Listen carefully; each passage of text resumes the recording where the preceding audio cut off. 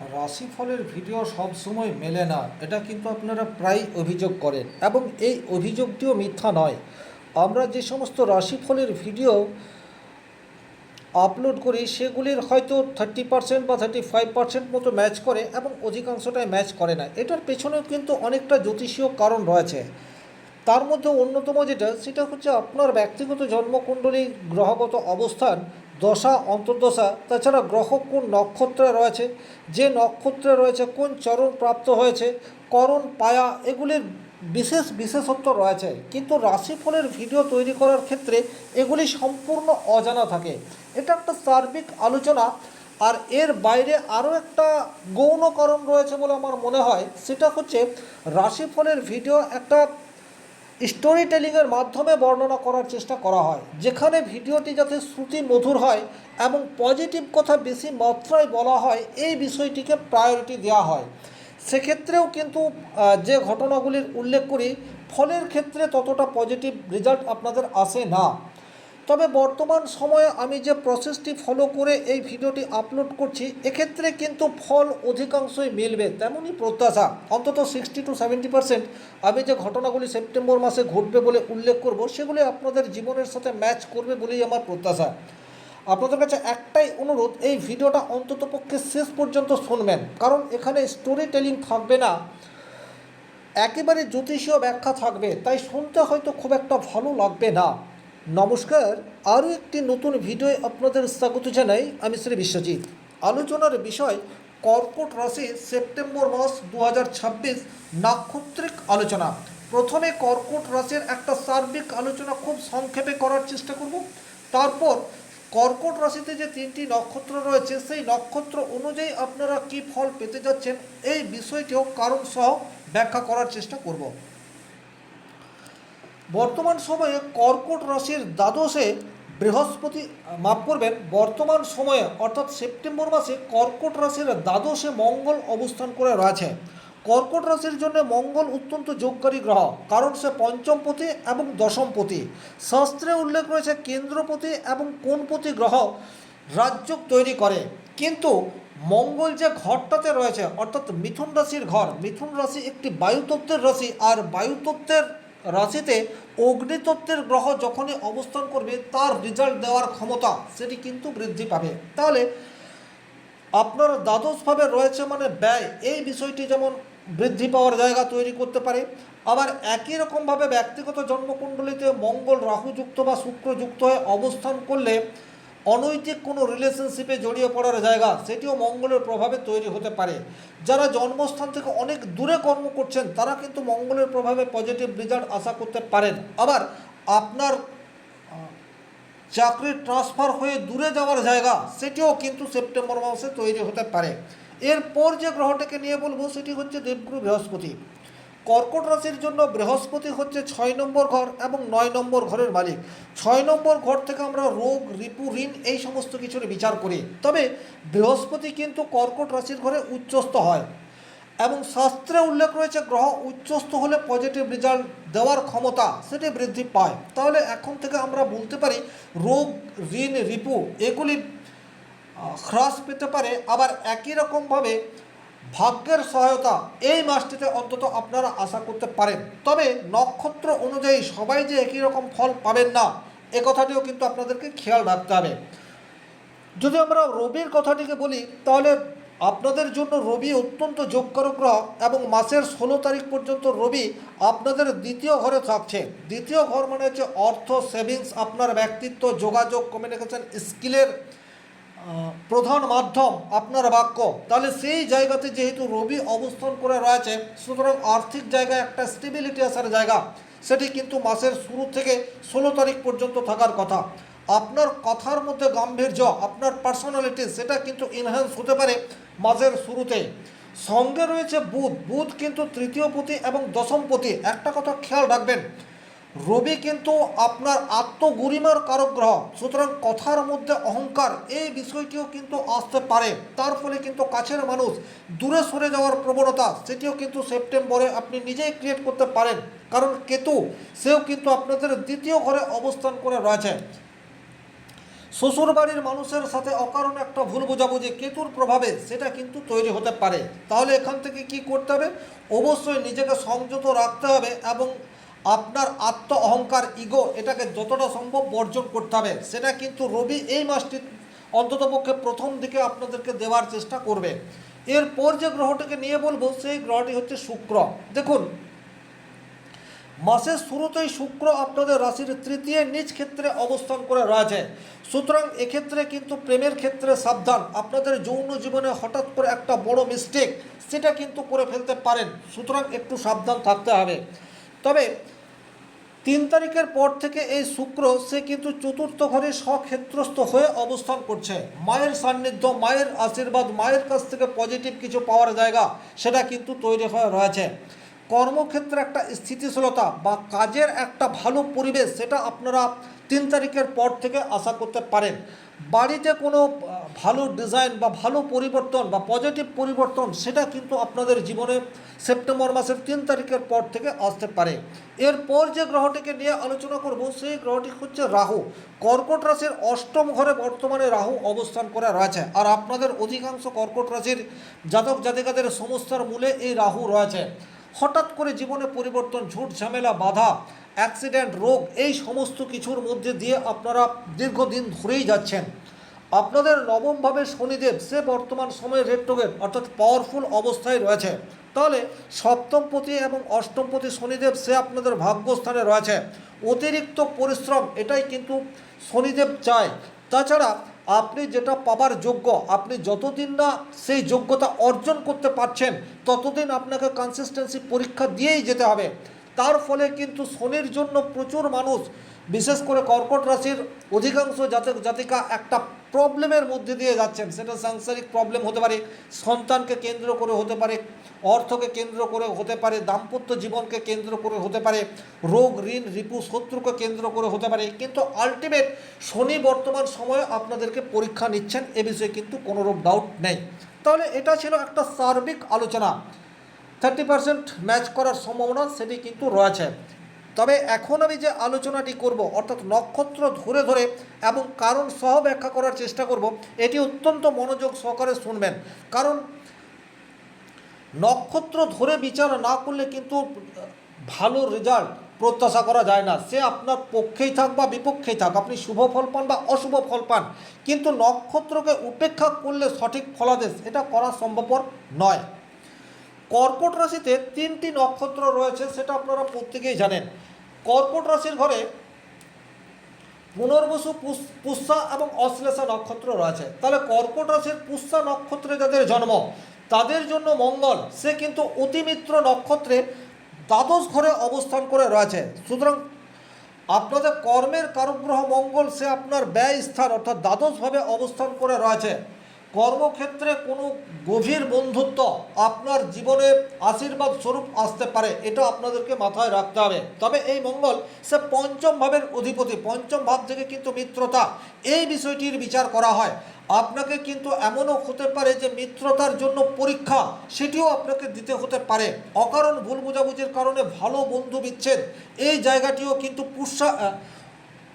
পুনর্বসু নক্ষত্রের কর্কট রাশির জাতক জাতিকাদের জীবনে আসতে পারে। এটা কিন্তু আপনাদেরকে একটু খেয়াল রাখতে হবে। বড় দিদি, বড় দাদা তাদের কাছ থেকে কিন্তু মেজর উপকার পাওয়ার জায়গা সেটিও কিন্তু বর্তমান সময়ে আশা করা যায়। মঙ্গল কিন্তু সাহসের কারক গ্রহ। আপনারা রিস্ক নিয়ে যদি কোনো কাজ বর্তমানে শুরু করতে পারেন তাতে কিন্তু পজিটিভ রেজাল্ট পাওয়ার জায়গা ডেফিনেটলি তৈরি হয়ে রয়েছে। এবারে বৃহস্পতিকে দেখুন, আপনাদের অনেকেই কিন্তু বৃহস্পতি নিজের রাশিতে রয়েছে, উচ্চ ক্ষেত্রে রয়েছে বলে আপনারা ভাবছেন সব কিছু ভালো হবে না। পুনর্বসু নক্ষত্রের অধিপতি গ্রহ সেও কিন্তু বৃহস্পতি। আর এই বৃহস্পতি বর্তমান সময়ে অশ্লেষা নক্ষত্রে অবস্থান করছে। অর্থাৎ পুনর্বসু নক্ষত্র থেকে বিষয়টিকে দেখলে বিপদ নক্ষত্রে অবস্থান করে রয়েছে। তাহলে বর্তমানে আপনি আপনার শত্রু হয়ে যেতে পারেন। সুতরাং নিজেকে সংযত করে রাখার চেষ্টা, কনসিস্টেন্সি করে যেতে হবে। ভুল মানুষের সান্নিধ্য সেটা আপনার জীবনে প্রবলেম ক্রিয়েট করতে পারে। তাছাড়া আপনার গর্ব, আপনার অহংকার সেটি আপনার বিপরীতে যেতে পারে, এটাও কিন্তু খেয়াল রাখবেন। এরপর যে গ্রহটিকে নিয়ে আলোচনা করব সেই গ্রহটি হচ্ছে রবি। দেখুন, বর্তমান সময়ে রবি এবং বুধ এই দুটি গ্রহই কিন্তু শত্রু নক্ষত্রে রয়েছে, অর্থাৎ নবতারা চক্রে প্রত্যারী নক্ষত্র প্রাপ্ত হচ্ছে রবি এবং বুধ তৃতীয় ঘরে। তাহলে এখন আপনি যাদেরকে বিশ্বাস করবেন তারা যে বিশ্বাসের দাম দেবে এইরূপ প্রত্যাশা বর্তমান সময়ে করবেন না। অকারণে একটা ভুল বুঝাবুঝি তৈরি হয়ে যেতে পারে। আপনি হয়তো উচিত কথা বললেন কিন্তু সেই কথার উল্টো মানে করে আপনার সাথে একটা প্রবলেম ক্রিয়েট হওয়ার জায়গা সেটি কিন্তু বর্তমান সময়ে দেখতে পাওয়া যায়। তাহলে কি করতে হবে? আপনাদেরকে যতটা সম্ভব সংযত থাকতে হবে।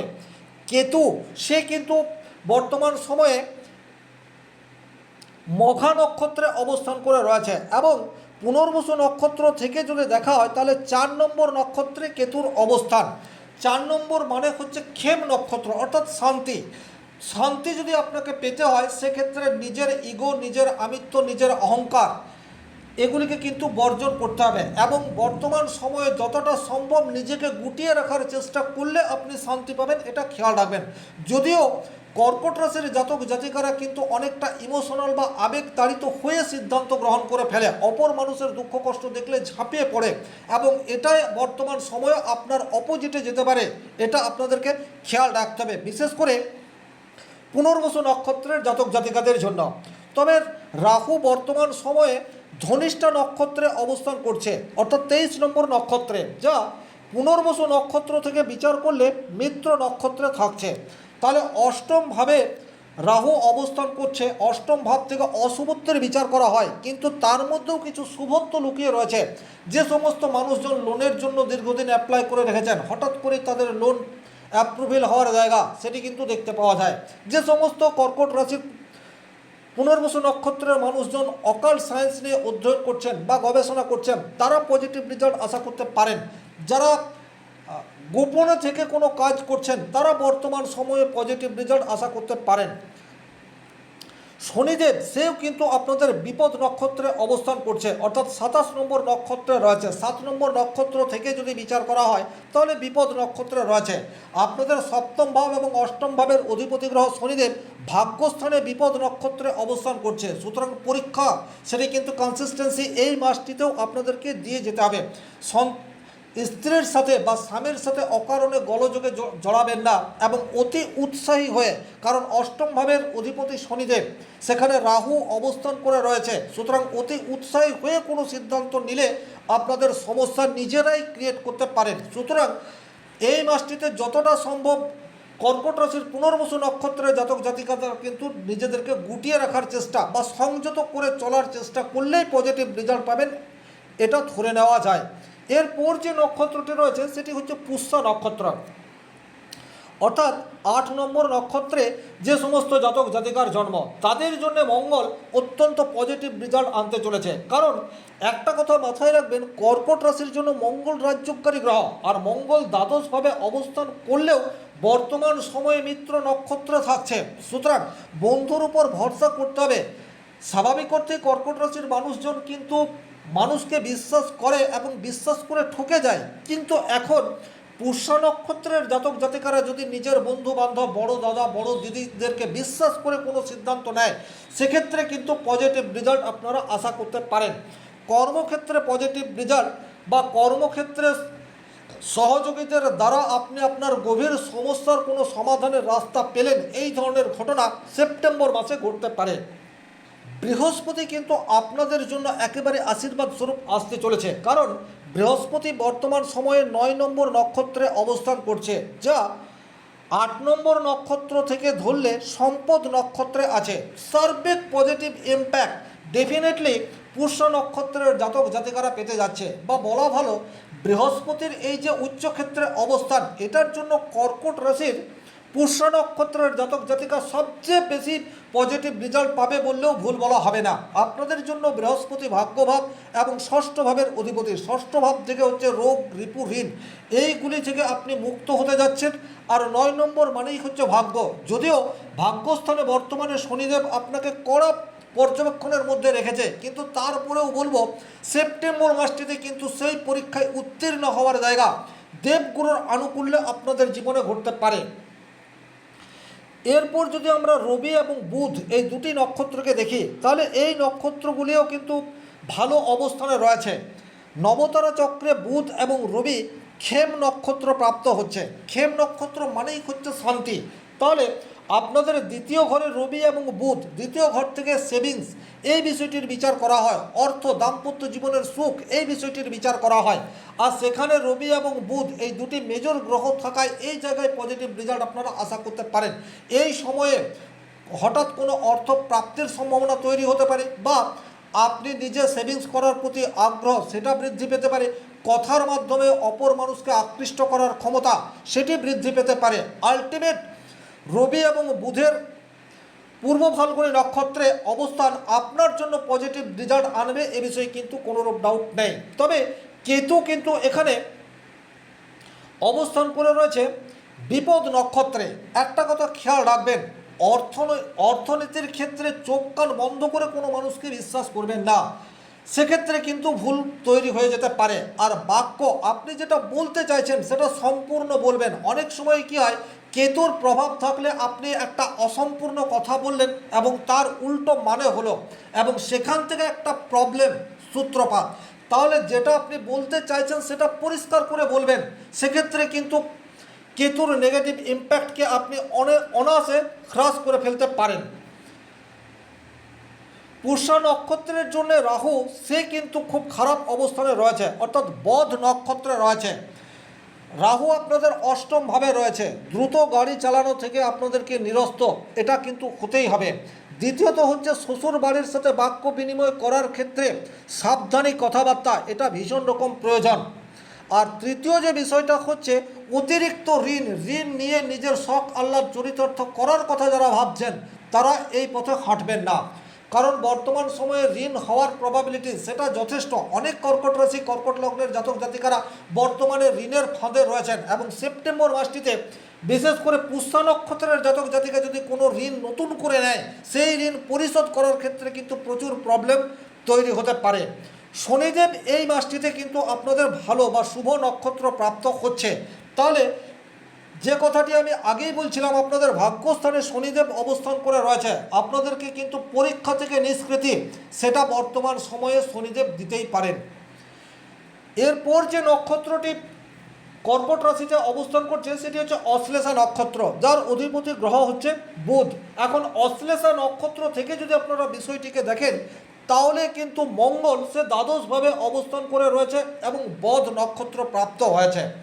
সুতরাং কর্মক্ষেত্রে জটিলতা এবং প্রেমের ক্ষেত্রে ডিস্টারবেন্স এটা কিন্তু ক্রিয়েট হতে পারে, কারণ কর্কট রাশি সাপেক্ষে মঙ্গল আপনার পঞ্চম ঘর এবং 10 নম্বর ঘরের মালিক।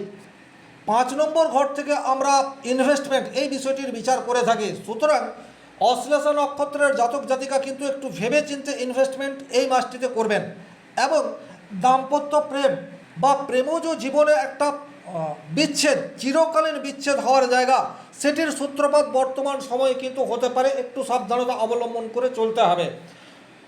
বর্তমান সময়ে অশ্লেষা নক্ষত্রে দেবগুরু বৃহস্পতি অবস্থান করে রয়েছে, সুতরাং বৃহস্পতির পজিটিভ ইম্প্যাক্ট আপনি পাবেন এটা আশা করা যায়।